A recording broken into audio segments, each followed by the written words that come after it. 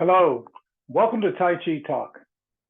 Today I'd like to talk about how to consistently improve our Tai Chi training and one of the major things that can hinder that improvement. First of all, I think we have to talk a little bit about what defines a martial art system. And basically what defines any system is its philosophy and its principles. That's what separates it from other systems. For instance, the philosophy of Tai Chi is the philosophy of non-resistance or non-opposition. And of course, its rules and principles of training are consistent with that philosophy. So when training, you must have the discipline to adhere to the philosophy and the training principles of that specific art. You see, let's take something like push hands, for instance, in Tai Chi training. Push hands must follow the principles and concepts of Tai Chi philosophy in general.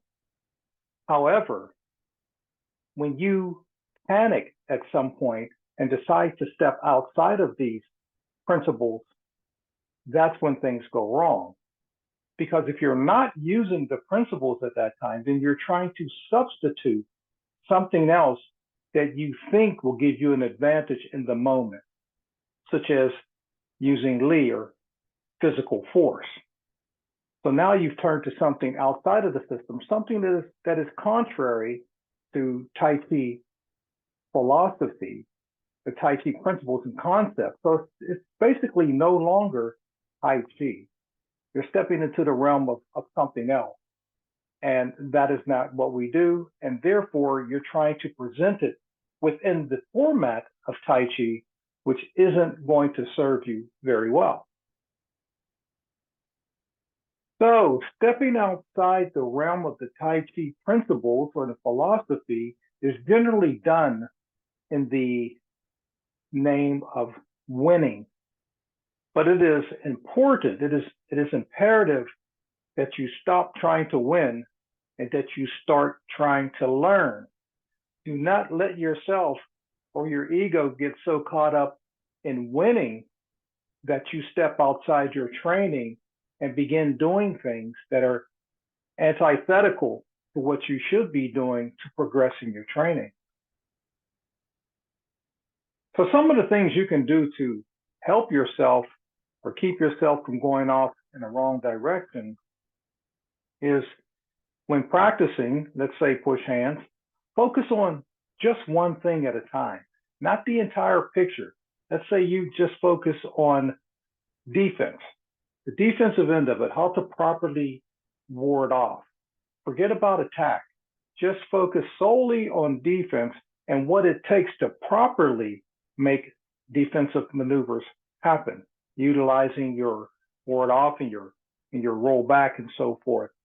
Look at the way you settle your weight, the way you hold your stance, your position in general, the angle of energy that comes towards you and how you have to try to stick and deflect. So everything that's defensive about what you're doing, try to just focus on that. A lot of times when we're trying to focus on everything I'm trying to figure out how to get this guy, how to attack this guy. But before I can do that, I have to stop what's coming at me. So if my mind is way ahead of myself and I'm thinking about pushing or attacking, then I'm not in the moment when I need to be for defense. And all of a sudden, I find myself hemmed up. The pressure's on. I panic. I step outside the philosophy of my chosen art. Also be detail-oriented. Try to look at the fine details of what makes something work. In other words, just don't think of a posture or a movement as one whole thing, like a ward off. I'm going to do a ward off, and therefore you do the movement of ward off. break it down, reverse engineer it. What makes ward off work? What are the specific elements in ward off? You may come up with, let's say, 5 or 6 specific elements that must happen for it to be an effective and efficient ward off.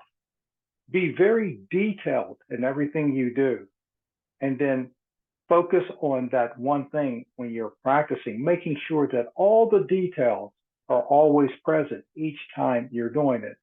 When you do these things, you find yourself not thinking so much about winning, but improving. The other thing is stop looking for results. One of the most detrimental things you could do to your practice is constantly look for results. Trying to push someone. Did I push them? How far did I push them? How effective was it? Did I ward them off? Did I roll them back? Did I make them go off balance? On and on and on, instead of just focusing on you, not the opponent. Focus on yourself, perfecting you. If you can conquer yourself, you've already conquered the opponent. But if you don't have any control over yourself, how can you control someone else?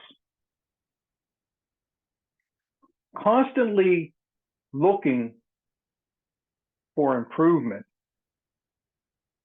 or results, I should say, reminds me of the individual who goes to the gym and after every set that they do, curls, whatever, they walk over to the mirror and look for results.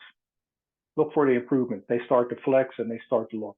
Then they go and do another set of something else. Then they go back to the mirror. As if there's going to be immediate results.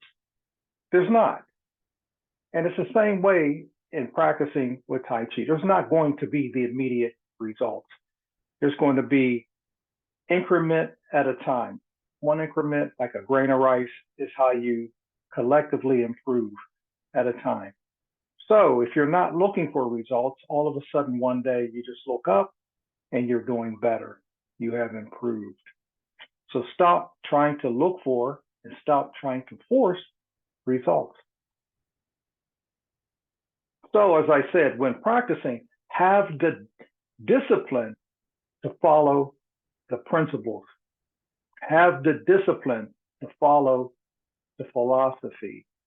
Don't be so bent on winning that you're willing to do anything, even the wrong thing, to try to win. Because remember, you get good at whatever you do the most. And if you do the wrong thing all the time, you'll get very, very good at doing the wrong thing. Do the right thing. Be disciplined, stay within the framework of your practice, and improve. Till next time, take care. Thank you so much for watching. Take care.